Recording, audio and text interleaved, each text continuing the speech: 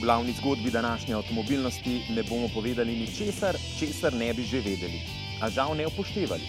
Po idiličnih cestah smo priganjali Fiesto z vzmetmi v obliki banane in odpornostjo na sončno kremo. Testirali pa smo dva povsem različna štirikolesno gnana dostavnika. Orjaka iz Münchna in specialko iz Stuttgarta z japonskimi koreninami. Pozdravljeni v avtomobilnosti. To, da je kolesarstvo v velikem vzponu tudi v Sloveniji, je še eden od pokazateljev, da se uvrščamo med razvitejše države v Evropi. Ne samo zaradi športno-rekreativnega kolesarjenja, ampak tudi zaradi urbanega kolesarjenja. Eno in drugo govori, da kolesarstvo razumemo tako, kot se v sodobnih družbah razume. In če so v začetku bili v porasti tisti gorski kolesarji, smo kmalu opazili, da so začele kolesariti družine, da smo začeli kolesariti v službo in tudi cestno kolesarstvo je začelo dobivati ne samo ta profesionalnih pripadnikov, ki so jih že prej imeli, ampak tudi rekreativce. Pa električna kolesa, o katerih smo že govorili in prihajajo popolnoma v drugačni obliki, tako v rekreativno kot v urbano kolesarjenje, enih in drugih je torej več. Infrastruktura pa je taka, kakršna je. In gradila se je v letih, ko se ni predvidevalo, da bo kolo še kdaj igral tako zelo pomembno vlogo v mobilnosti nasploh. In ko gledamo, kam kolo postaviti v tem infrastrukturnem prometnem okolju, ga seveda moramo postaviti na cesto, kamor sodi. Je tako hiter, da sodi med sobivanje z ostalimi motornimi vozili. Te situacije bomo preverili v oddaji in ugotovili, da se vse skupaj da zelo lepo, mirno in brez prevelikega stresa rešiti, če smo samo malo bolj ovidevni drug do drugega. Današnja zgodba je torej široka približno 3 metre, toliko kot povprečen vozni pas. Na njem sobivamo številni različni uporabniki.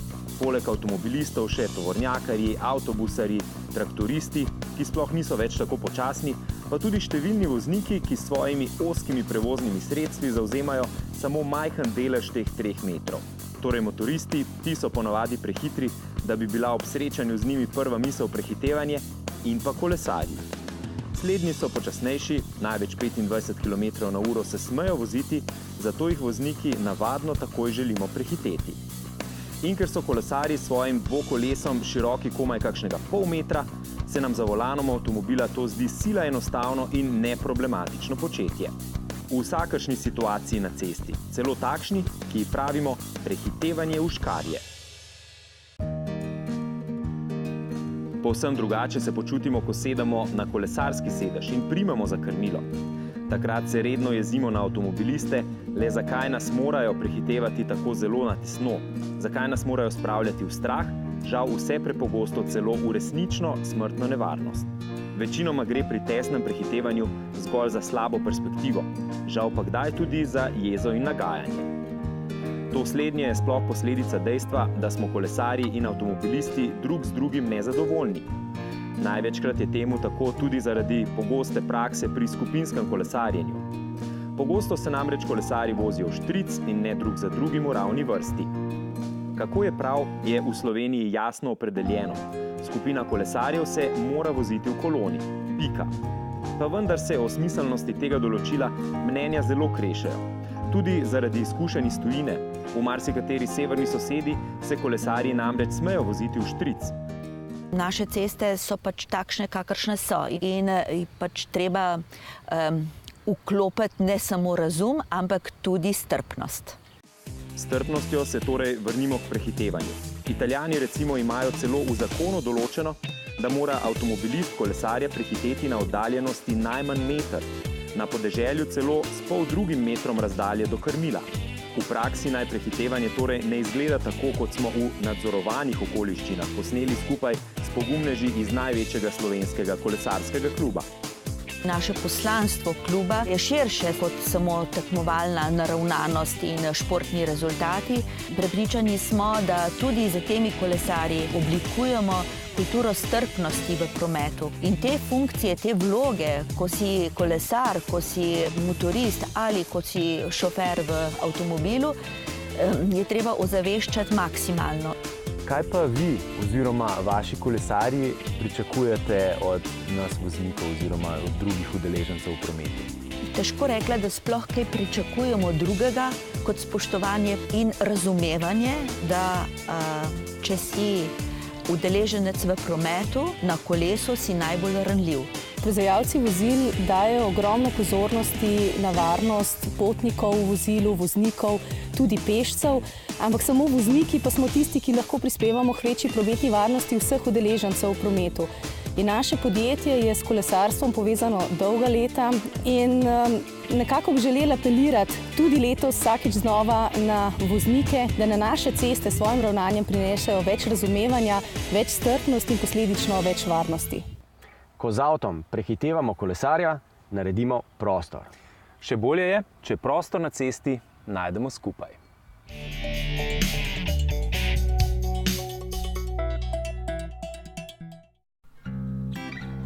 Dobrodošli na idiličnih cestah južne Francije, kjer vozimo dve posebni fiesti.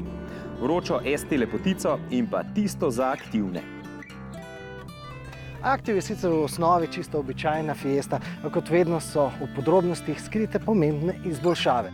Pri tem je verjetno še najmanj pomembno, da je za 2 cm bolj oddaljena od tal kot druge fieste, verjetno bolj pomembno, da so dno zaščitili in ojačali, kar tole fiesto dela bolj simpatično tistim, ki dejansko res kdaj pa kdaj zapeljajo na makadam ali pa na kakšno takšno podlago, kot je tale tukaj. Impresioniral pa nas je tudi podatek, kako so to Fiesto Active izpopolnili tu v notranjosti. Nič ne bo narobe, če boste vanjo vstopili z blatnimi čevlji, prezmejeno srajco ali pa če boste na to tkanino odložili mokro brisačo polno peska z bližnje plaže. V laboratoriju sredi Velike Britanije so namreč ugotovili, da lahko to posebno tkanino za Fiesto Active v umazano kritično situacijo spravite kar 60 000-krat, preden se bo strgala oziroma kakorkoli drugače uničila. Preverili so recimo tudi to, koliko je to usnje na volanu odporno na tiste brezbrižneže, ki se namažejo sončno kremo, potem pa z mastnimi rokami primejo za tale volan. No, Fiesta je sicer prva predstavnica nove Fordove družine modelov. Kot Active bosta namreč na voljo tudi K+ in tudi novi Focus. Seveda pri tem v nobenem primeru ne govorimo o 4-kolesno gnanih SUV-jih, zgolj o avtih, ki so posledica dobrih prodajnih izkušenj. Med drugim tudi s pred leti zelo priljubljenim Fusionom.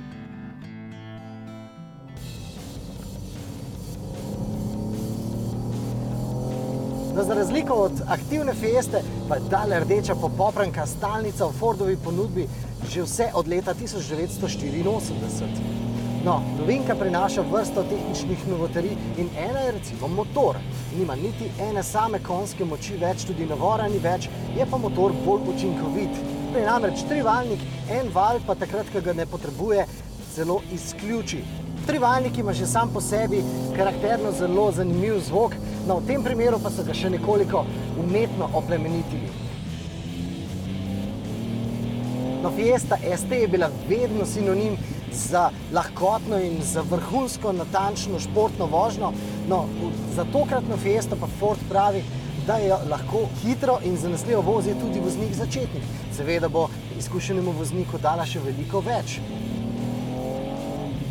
Pri tem se zanašajo na učinkovitost novega tehničnega sistema, ki avtomobil dela v ovinkih izredno smerno stabilnega. No in kako deluje novi sistem, nam bo iz prve roke povedal avtor teh tehničnih domislic. When you go into a corner, you can accelerate earlier because the limited slip differential will put the torque from the engine to the wheel where you have the most grip. So on the outside where you need more rotation of the wheel, you will get it, and that will help you to turn more into the corner without doing more steering movement and getting quicker out of the corner. Druga izboljšava so banana vzmeti. If you use conventional springs, you are only able to absorb forces in vertical orientation, and that leads to, we have a twist beam rear axle in the car, that in high cornering speeds, the twist beam or the rear axle do a little bit of self-steering, and to avoid that, you need to make very hard bushes in the rear.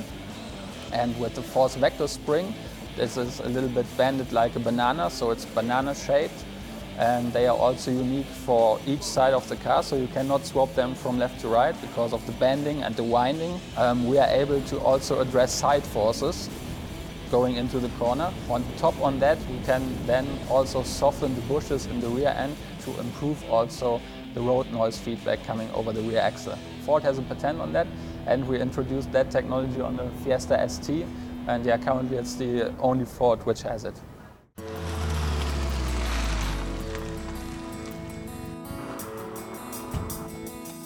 A strinjali se boste, da še tako dober avto na zabasani cesti ni kaj prida vreden. In Slovenci smo lahko veseli, da imamo ogromno praznih podeželskih cest, ki so odlične za takšnega malega divjaka. Redne stranke Fieste ST pa bi morali biti tudi Francozi iz Azurne obale. Vozimo se namreč nedvomno po eni najlepših cest v Evropi. Z Napoleonove ceste smo namreč zavili proti soteski, kaj soteski? Kanjonu Verdon, enem najlepših kanjonov v Evropi. Zagotovo ste ga že videli v filmih. In v tistih z britanskimi agenti smo recimo tudi že lahko videli največjo nevarnost, na katero mora biti pozoren voznik na teh cestah.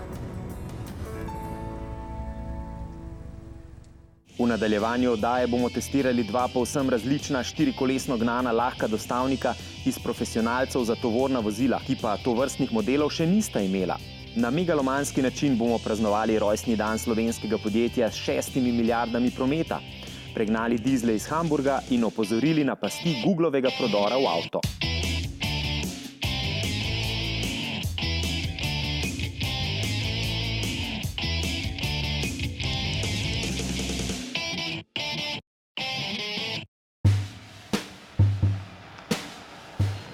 Seveda ne bomo rekli, da vam vozila ne bodo prodali, če pridete v mano v prodajni salon in ukažete tega, prosim. Verjetno jih bo Easy Money premamil, a normalna praksa je, da gospe in gospodje z Brnčičeve kupčujejo izključno s poslovnimi strankami. Govorimo o business-to-business poslu in v tem poslu je tudi cena povsem relativna stvar. Odvisna od mnogih faktorjev, recimo tudi od tega, koliko težkih tovornjakov že imate v floti. Pogovori v prodajnem procesu se torej vedno začnejo s prodajalčevim vprašanjem. S čim se ukvarjate? Nadaljujejo pa z dogovorom za testiranje kombija na kupčevih običajnih poslovnih vožnjah, torej v realnih situacijah. In to takšne različice, kot jo kupec pri svojem poslu potrebuje. No, tokrat smo preizkusili dve verziji Manovega kombija. Obakrat je šlo za velikana najdaljše medosne razdalje in višine. Posebnost črnega TGE-ja je štirikolesni pogon, kar ga dela primernega za odročna, težko dostopna delovišča. Ne govorimo o terenskem kombiju, ampak zgolj o kombiju za najtežje naloge, tudi takšne, ki temeljijo na težki prikolici. No, tudi sicer gre za eno bolj zanimivih verzij, saj lahko poleg gore tovora prepelje 6 potnikov veliko bolj udobno, kot je to v navadi pri kakih gradbeniških kiperjih. Navdušilo nas je, da je dno tovornega prostora pod sedeži podaljšano, saj smo tako lahko prepeljali 3-metrske delavniške regale.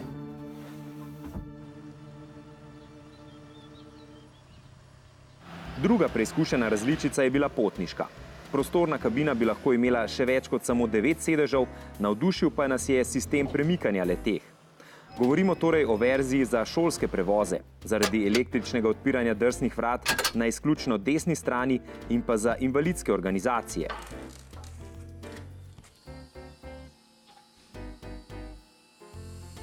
Ker sedeži nimajo nobene bočne opore, pa takšnega TGE-ja ne vidimo kot prvo izbiro za turistične namene. In kaj je glavni highlight TGE-ja? Vozne lastnosti. Kombi je izredno okreten, vrhunsko vodljiv, smerno povsem neobčutljiv na motnje, vrhunske vozne lastnosti pa pokaže tudi takrat, ko kombi vozimo nenapolnjenega. In potem so tu asistenčni sistemi. TGE samodejno zavije nazaj na vozni pas in po potrebi zavira. Zelo močno pohvalimo.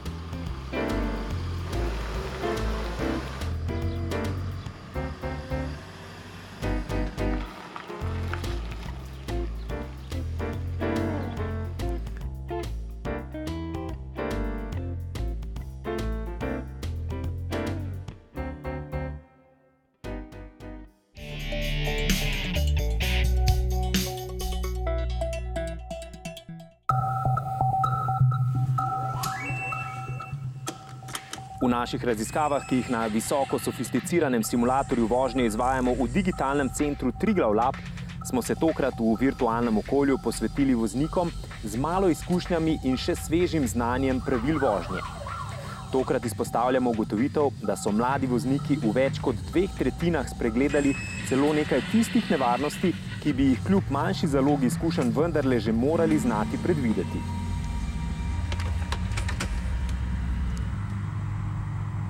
Glede na to, da simulator meri tako hitrost kot moč zaviranja in tudi vrtenje volana, ter s pomočjo posebnih očal natančno zaznamo, kam voznik med vožnjo gleda, nas je močno presenetilo tudi dejstvo, da so mladi vozniki v visokem odstotku dejansko pogledali v smeri nevarnosti, a tej točki na cesti niso posvetili dovolj pozornosti. To vprašanje vsekakor zahteva odgovor, ki pa ga bo treba najti brez pomoči simulatorja.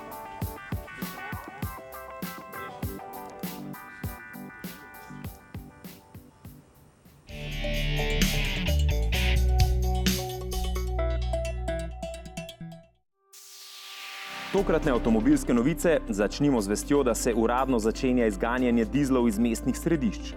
Torej na praktičen način, ne zgolj z besedami na sodiščih.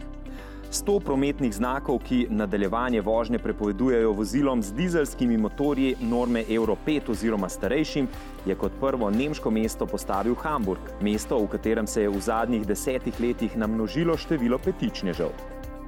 Poročamo tudi, da Google pripravlja operacijski sistem Android Automotive, sistem, ki ga lahko avtomobilski proizvajalci po svoje prikrojijo, torej da na njegovi platformi zgradijo celoten ekosistem, recimo tudi ukaze za klimo, avtomatske nastavitve, glasovno upravljanje in podobno. Torej ne govorimo več zgolj o sistemu, ki preslika telefon v avto, kot na primer Android Auto, ki mimogrede iz nekega čudnega razloga še vedno ni na voljo Slovencem. Uporabo Googlove platforme sta že napovedala Audi in Volvo, analitiki pa že opozarjajo, da to pomeni, da bo Google od avtomobilskih proizvajalcev s tem prevzel tudi vse podatke. Skrb vzbujajo pa tudi izjave, da bodo uporabniki avtomobilov tako dobili dostop do tisočih aplikacij, ki nam lajšajo dan. Know-how avtomobilskih inženirjev je namreč doslej predstavljalo sito, kaj je varno in kaj ne. A kakorkoli, svoje mesto v samovozečih avtih prihodnosti si na vse pretege skuša zagotoviti tudi Apple. Zagotovil si ga je pri Volkswagenu, skupaj bosta razvijala Shuttle. Samovozeči avti pa so sicer ena najboljših novic za Intelovo jeruzalemsko podjetje Mobileye, enega najvidnejših dobaviteljev senzorjev in druge opreme samovozečih avtov. Podrobnosti nedavno podpisane pogodbe so javnosti skrite, a njeno pomembnost dokazuje dejstvo, da si je Mobileye z njo zagotovil dobavo opreme za kar 8 milijonov samovozečih avtov. Medtem se sicer odpira tudi nebo. Uber je recimo v Franciji odprl center za razvoj samoletečih taksijev. V tematiko mobilnosti prihodnosti pa presenetljivo spada tudi naslednja lokalna novica. Največji slovenski distributer avtomobilov Porsche Slovenija je na megalomanskem praznovanju svojega 25. rojstnega dne z najbolj zvenečimi nastopajočimi iz sveta glasbe, televizije, športa, stand-upa in družbenih omrežij napolnjeni Linhartovi dvorani Cankarjevega doma predstavil zares pompozne številke. Več kot 370 tisoč prodanih vozil, 5 milijonov delovnih nalogov na servisih in skupno 6 milijard evrov prometa. V teh 25 letih je prodaja narasla od 5 tisoč do 25 tisoč letno prodanih vozil znamk Volkswagen, Audi, Škoda, Seat in seveda Volkswagen gospodarska vozila. Pri tem se je družba na nek način preoblikovala iz zgolj prodajalca vozil v ponudnika celovitih mobilnostnih rešitev. Wir glauben, dass Mobilität in dem größten Wandel in ihrer Geschichte steht und wir freuen uns auf diese Herausforderung, dass wir rund um das Auto Totalmobilität für die Menschen anbieten dürfen. Das betrifft alle verschiedenen Arten von Mobilität. Das geht vom elektrischen Fahren, auch von Anbieten elektrischer Lösungen zu Hause bis zu Carsharing. Resnično danes je čisto nekaj drugega, kot je bilo 25 ali pa 20 let nazaj. Danes ne želijo biti več cel dan lastnik, mogoče samo nekaj ur. Gremo v korak s časom in se spreminjamo tudi mi. Razvijamo tudi produkt, ki bo kratkem prišel, car sharing produkt skupine Porsche v Sloveniji, Share2, v kratkem ga bomo predstavili. Nadaljujemo s kaznovalno politiko. Britanska vlada je preverila, kaj prehitre voznike bolj umirja na dolgi rok. Kaznovanje s kazenskimi točkami ali pa posebni tečaji varne vožnje za prekrškarje, kjer inštruktorji na teoretičen in praktičen način dvigajo zavedanje o nevarnosti hitre vožnje. No, točke so se izkazale za manj učinkovite.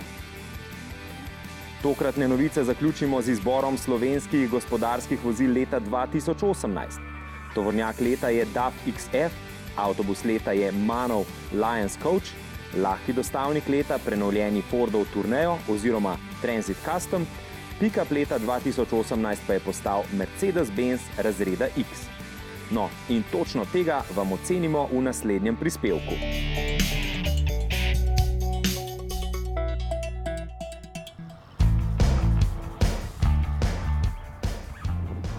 Mercedes-Benz je ena najbolj priznanih znamk na področju gospodarskih vozil. A pick-upa še ni imel v svoji ponudbi. Zdaj ima tudi tega. Imenuje se razred X, pri čemer že sama oznaka zgolj eno črko kaže, da pri trikraki zvezdi takšen avto smatrajo bolj kot osebni avtomobil, kot pa delovni stroj. To seveda sovpada s trženjskimi analizami, danes namreč terenske pick-upe kupujemo pretežno zato, da z njimi prepeljamo vodne skuterje, traktorske kosilnice ali pa športne rekvizite, kot na primer kakšna draga električna gorska kolesa. Glede na prakso je torej skoraj nesmiselno, da tovrstni pick-upi po predpisih spadajo med gospodarska vozila. Zato predlagamo, da se nehamo čuditi, kako zelo luksuzen je ta delovni stroj. Le zakaj bi moral lastnik konjeniškega posestva kilometre nabirati v špartanski kabini, če hoče opraviti delo, recimo prepeljati delovno orodje ali vleči konjsko prikolico. Saj so tudi traktorji vse bolj luksuzni v svojih kabinah. In novi X je v kabini skoraj pravi Mercedes. Zakaj skoraj? No, zaradi japonskega porekla. Nemci so namreč z X-om ubrali bližnjico. Niso razvijali samostojno, ampak so zgolj posvojili Nissanovo Navaro. To se v kabini kaže recimo v tem, da manjkajo nekateri klasični mercedesovski prijemi. Na primer, ročico menjalnika bi mi raje imeli tako kot v pravih Mercedesih ob volanu. S tem bi X dobil tudi nekaj prepotrebnih odlagališč. Je pa v novem X-u tišje, ampak res mnogo tišje kot v Navari. In čeprav imajo v Stuttgartu dovolj znanja, so z nakupom Nissanove licence kupili tudi odlične terenske vozne lastnosti. Za Navaro smo recimo zapisali, da ponuja odlično vožnjo ob vsakršni obtežitvi kesona in tudi za Mercedesa to velja. Morda še celo nekoliko bolj. Se pa ne gre čuditi, da razred X ni naprodaj v Ameriki. Tam bi tale X ne bil XXL, ampak kvečjemu medium, morda celo samo small.